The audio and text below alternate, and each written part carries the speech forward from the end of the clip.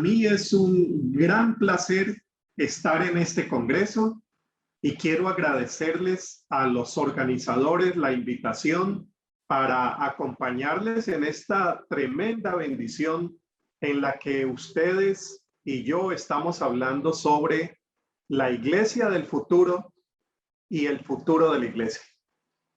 En mi caso, durante estos minutos siguientes voy a tratar el tema de los desafíos pastorales en la pospandemia.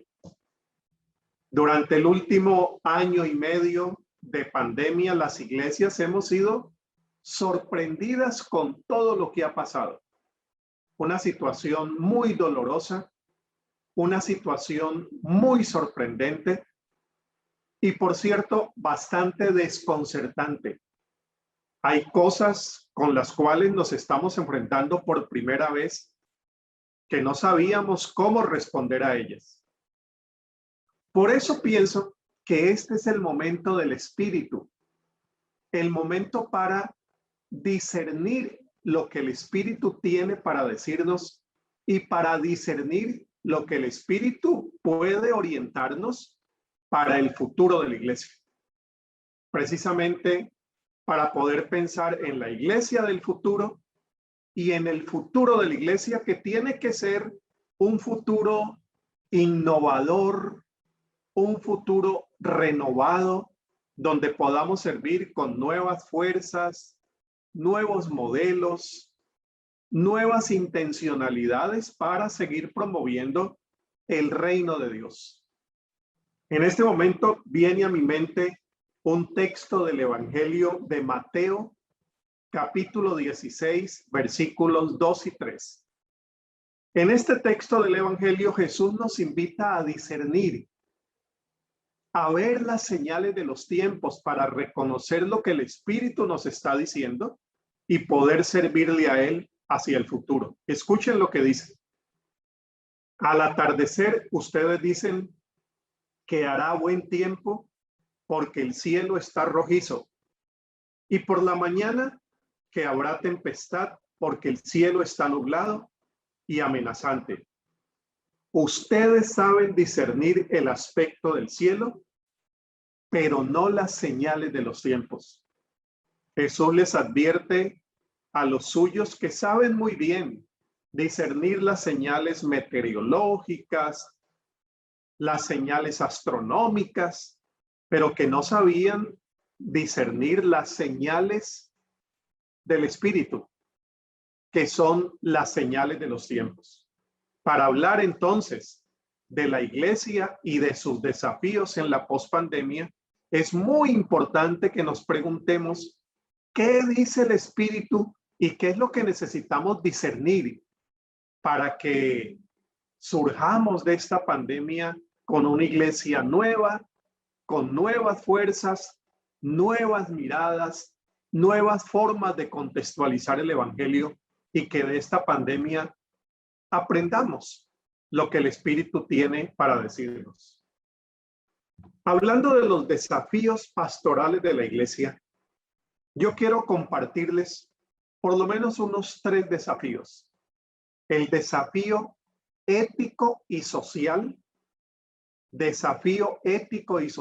frente a la gran problemática social de pobreza, desempleo y violencia que han aparecido junto con esta gran pandemia. Segundo, un desafío eclesiológico, un desafío que tiene que ver con qué iglesia necesitamos ser frente a la pospandemia, qué cambios hay que hacer, qué le ha dicho la pandemia a las eclesiologías nuestras, qué le ha dicho la pandemia a la pastoral, a nuestros ministerios, a nuestra forma de entender misión, nuestra forma de entender evangelización, nuestra forma de entender reino de Dios dentro de las funciones de la iglesia y del ministerio de ella. Y tercero, un desafío muy cercano al desafío eclesiológico, que es el desafío ministerial, muy asociado al eclesiológico, pero distinto. tiene que ver con nuestras formas de hacer pastoral, nuestras formas de ser pastoras y nuestras formas de ser pastores en la pospandemia. Vamos con el primero. Desafío ético y social. Frente a los desafíos éticos y sociales que se avecinan y que ya estamos viviendo en Brasil, en Colombia, en Costa Rica, en toda América Latina y el Caribe, las grandes catástrofes sociales que nos han llegado con la pandemia, tenemos aquí el gran desafío de preguntarnos por lo ético y lo social, por nuestra responsabilidad social, por cómo vamos a hacer comunidades que puedan ser comunidades samaritanas, comunidades servidoras y comunidades del reino que, entendiendo la situación económica y social que están viviendo nuestros países, se ponen a la altura de ese desafío como iglesias que sirven. Miren algunos de los desafíos sociales y éticos que estamos teniendo. Un aumento muy grande en la desigualdad social e injusticia económica. América Latina es el continente más desigual de todo el planeta. La desigualdad social ha crecido enormemente en este último año y medio. Ya era una problemática grave, pero con la pandemia se ha agudizado más y se ha profundizado más esa enorme desigualdad entre quienes tienen y no tienen, entre quienes lo tienen todo y no tienen nada. Ha habido un descenso muy grande en la movilidad de personas, afectando el empleo de las personas, afectando los emprendimientos, las empresas, que afectan lógicamente el ingreso de nuestra gente en nuestros países. Una extensión muy grande de la agorafobia, eso de no querer salir por el miedo, esos temores que han surgido también durante la pandemia por no desplazarnos a otro país porque no sabemos qué nos puede pasar en el otro país. Pero eso afecta ingresos de toda la industria del turismo. Todo lo que sucede alrededor de la gran industria del turismo para los pequeños empresarios que también viven alrededor de esa gran industria. Son efectos sociales a los que nos estamos refiriendo aquí. Por otro lado, una gran polarización política, riesgos geopolíticos, mayor activismo social y hartazgo ciudadano. Permítanme explicar esto. Nuestros países han estado viviendo una gran polarización política. Sectores de izquierda, sectores de derecha. Esa polarización ha crecido. Esa polarización va a crecer según las tendencias y eso tiene un efecto también sobre el comportamiento de nuestras sociedades y un desafío directo también para nuestras iglesias. Frente a esa gran polarización, frente a esa violencia social que se da en los enfrentamientos políticos, nos hacemos la pregunta por cuál es el lugar también de la iglesia en nuestras sociedades, que no debe ser un lugar solamente partidista, sino un lugar de reconciliación, de iluminación política para saber también discernir los espacios sociales y los grandes debates políticos que se van a dar en nuestros países en los próximos años. Ha habido y habrá un gran agravamiento de los grandes problemas que hemos tenido en América Latina. Violencia de género, violencia infantil, violencia intrafamiliar, que sigue creciendo enormemente. Con algunos de ustedes, en algunas ocasiones en Brasil, cuando he tenido la oportunidad de estar allá, hemos hablado de este tema, de cómo la violencia ha venido creciendo en América Latina. En América Latina, les comentaba en alguna ocasión, Vivimos el 9% de la población global total, pero aquí se produce el 33% de la violencia de todo el mundo. Por eso algunas organizaciones internacionales en sus informes globales indican que América Latina es un continente muy violento, el más violento de todo el mundo.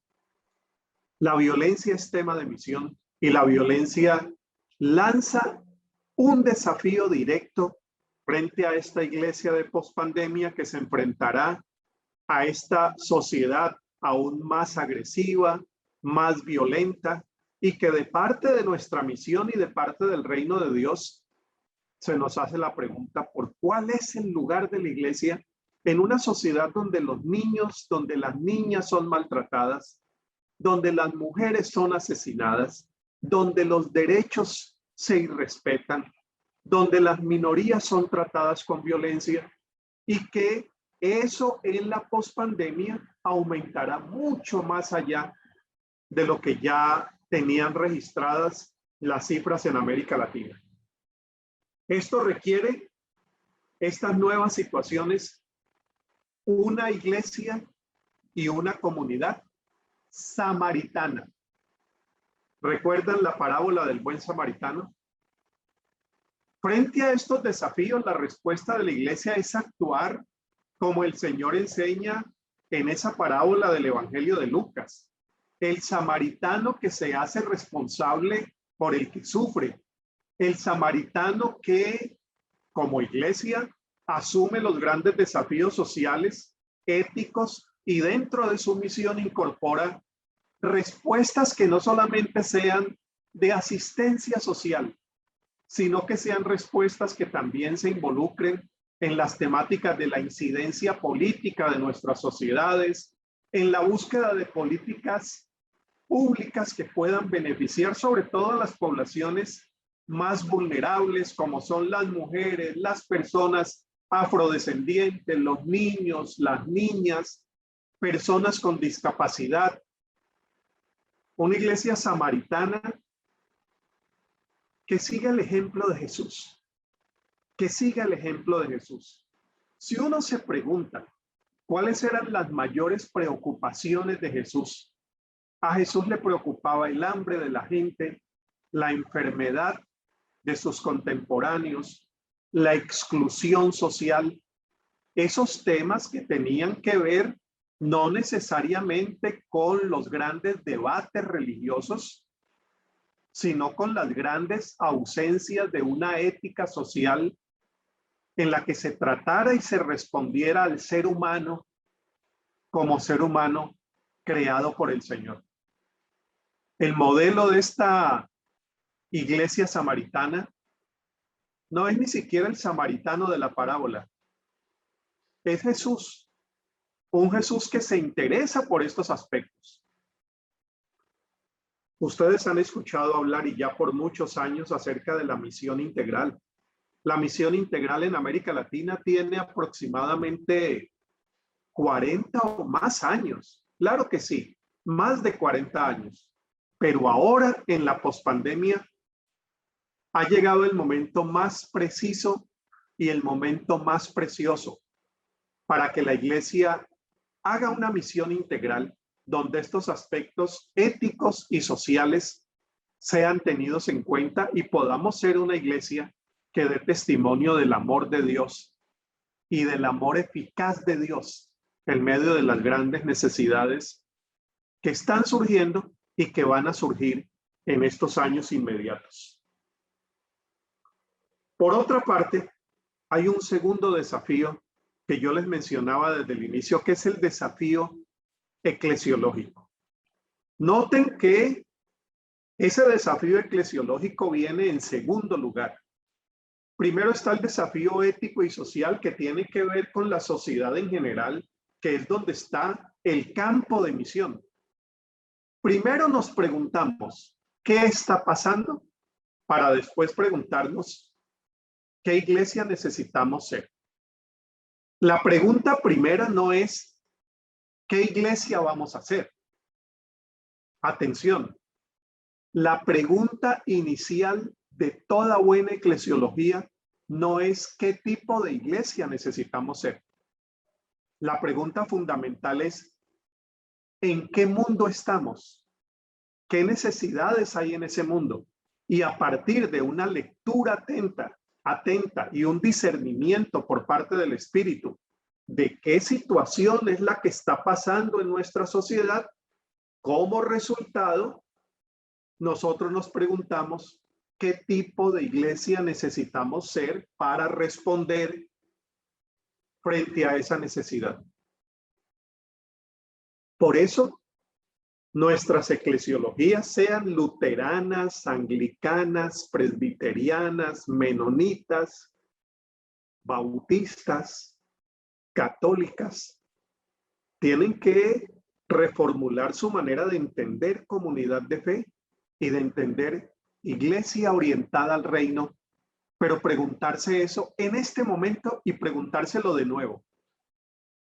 Las respuestas de nuestras doctrinas eclesiológicas que teníamos antes de la pandemia, no todas son suficientes para responder frente a la pandemia. Por eso necesitamos, frente a esos desafíos éticos y sociales, preguntarnos ahora sí, por la naturaleza de la iglesia, ¿quiénes somos? ¿Para qué estamos? ¿Cuál es el propósito de Dios con la iglesia? ¿Para qué el Señor funda su movimiento de discípulos y discípulas? Y cómo en el libro de los Hechos esas iglesias se van desarrollando al ritmo de las necesidades de Jerusalén, de Judea, de Samaria y las necesidades hasta lo último de la tierra. Por eso en el libro de los Hechos uno de los grandes cambios que se da es el cambio eclesiológico, el surgimiento de una nueva comunidad de fe que ya no solamente se entiende como pueblo de Israel, sino que ahora se entiende como gran pueblo de Dios, como cuerpo de Cristo, como casa de Dios y como templo del Espíritu, pero surgen nuevas maneras de entender lo que significa ser colaboradores y colaboradoras del Señor para la promoción de su reino. Estamos en el momento de preguntarnos por la iglesia. ¿Para qué está? ¿Cuáles son sus funciones? ¿Cuál es su misión? Y hacer una gran diferencia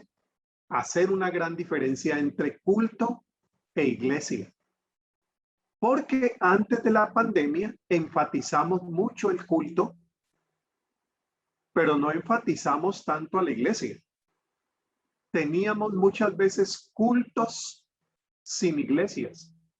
Por lo tanto, en la pospandemia, cuando se nos ha cuestionado toda la estructura del culto presencial, estamos en un buen momento para preguntarnos de nuevo qué es lo más importante. Y lo más importante no es el culto. Lo más importante es la iglesia, es la comunidad, es la convivencialidad, es el amor, es el apoyo, es el cuidado. Es la comunidad que construye comunidades solidarias, comunidades tiernas y amorosas que se cuidan y que se acompañan para hacer la vida en medio de las dificultades, siempre acompañada de la mano de esa comunidad y sostenida por el Espíritu del Señor. Uno de los grandes desafíos es volver a construir nuestras ideas y nuestras conceptualizaciones de iglesia y de iglesia comunitaria.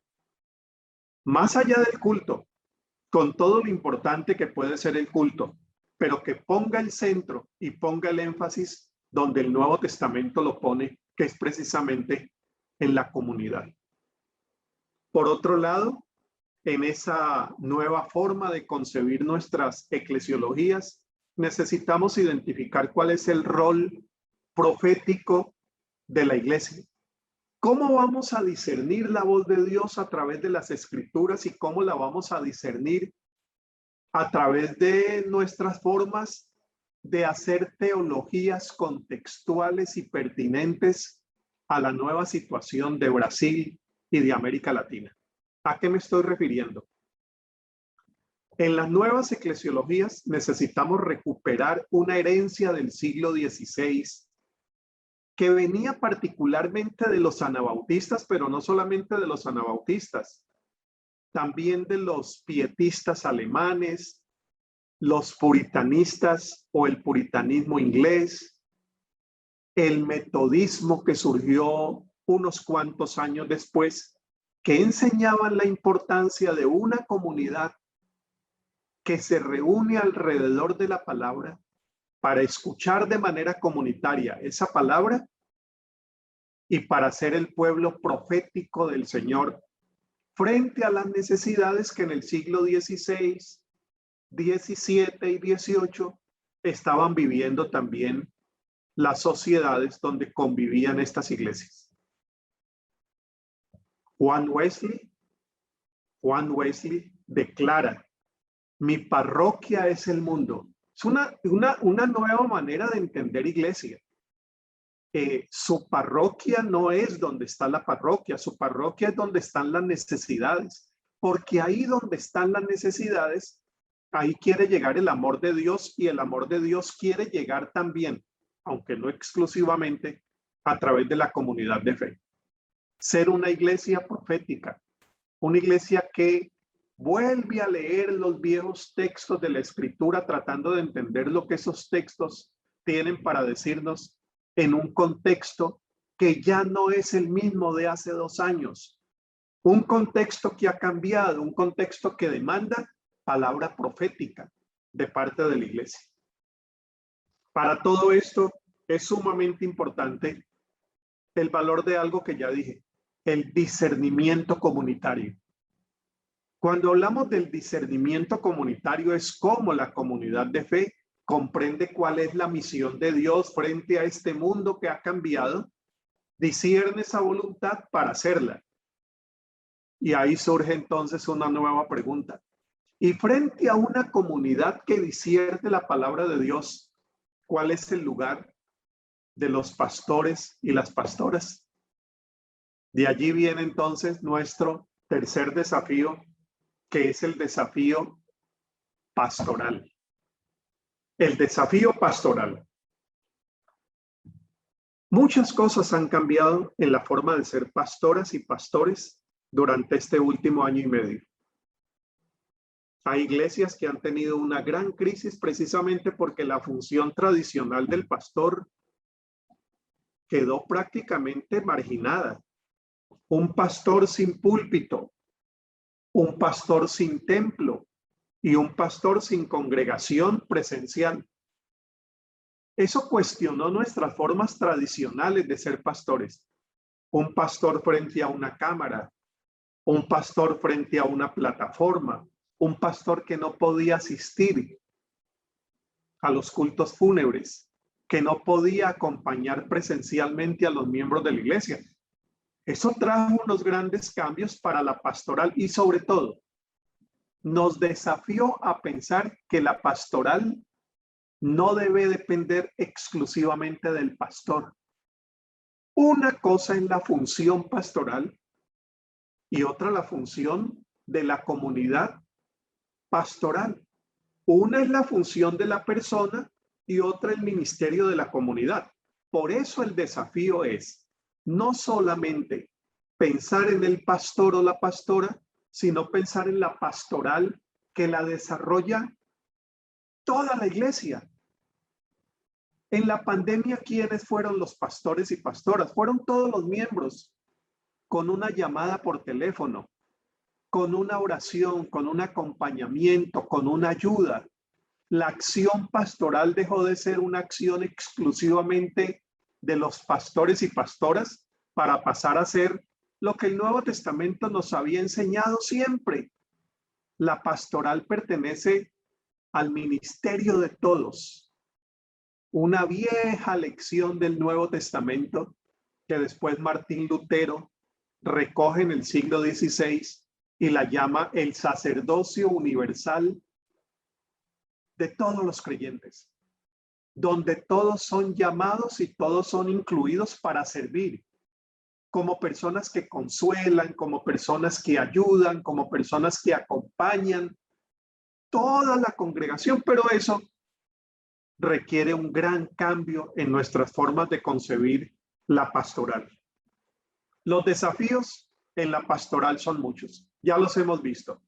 Desafíos tecnológicos, desafíos éticos, una sociedad que comienza a tener y a plantearse grandes preguntas existenciales que quizá antes de la pandemia no se hacía y que nos dan la oportunidad de desarrollar una pastoral que esté atenta a esas nuevas preguntas acerca de la muerte, Dios, el pecado, el castigo de Dios, y que frente a esas preguntas que va levantando nuestra sociedad, que son preguntas de orden religioso y teológico, podamos desarrollar una pastoral que no dependa de los pastores y pastoras, sino que movilice a todas las personas de la comunidad para hacer una respuesta oportuna, una proclamación contextual del evangelio frente a estas nuevas situaciones que estamos viviendo. Se requieren nuevas dinámicas de pastoral. Se requiere pensar en nuevos ministerios eclesiales y se requiere pensar en una nueva forma de entender las relaciones con las demás iglesias, cosa que habíamos descuidado, pero que la pandemia nos ha recordado, que cuando tenemos problemas muy grandes, necesitamos redes intereclesiásticas cada vez más grandes para poder atender a toda la población, para poder afianzar nuestra fraternidad y servir en el nombre del Señor. El desafío intereclesial de poder trabajar en redes junto a las demás iglesias será un reto urgente en la pospandemia. No es el momento para iglesias aisladas. No es el momento para grandes pastores exclusivos. No es más el momento para las grandes denominaciones únicas y exclusivas. Es el momento de la unidad. Es el momento de extender las manos para poder, entre todas las comunidades de fe, expresar el amor de Dios a nuestra comunidad en general. Voy a terminar recordándoles un texto del libro de los Hechos, capítulo 1. ¿Recuerdan cuando Jesús ha resucitado? Se reúne con sus discípulos, pero en Hechos capítulo 1 se va a ir. Es el momento de la ascensión de Jesús. Antes de ascender, los discípulos le dicen: Señor, ¿vas a restaurar el reino de Israel en este momento? Hechos capítulo 1 a partir del 19. Y el Señor dice: no tengo la respuesta. No se me ha dado la autoridad de responder eso, porque esa autoridad está solamente en la autoridad del Padre. Pero recibiréis poder cuando haya venido sobre vosotros el Espíritu Santo, y me seréis testigos en Jerusalén, en Judea, Samaria y hasta lo último de la tierra. Ellos hacen preguntas. El Señor no responde preguntas. No responde preguntas, pero deja un recurso. ¿Y el recurso cuál es? El recurso del Espíritu Santo. En un momento como el actual, no hay respuestas para las preguntas grandes que tenemos como iglesias. No hay respuestas, hay recursos. Y el recurso primordial es el recurso del Espíritu Santo, que nos orienta donde no tenemos respuesta, que nos orienta en situaciones en las que nunca hemos vivido. Y con ese espíritu se renueva nuestra forma de servir, se renueva nuestra forma de ser iglesia y se renueva nuestra forma de ser pastores y pastoras. Esa es la historia del libro de los Actos.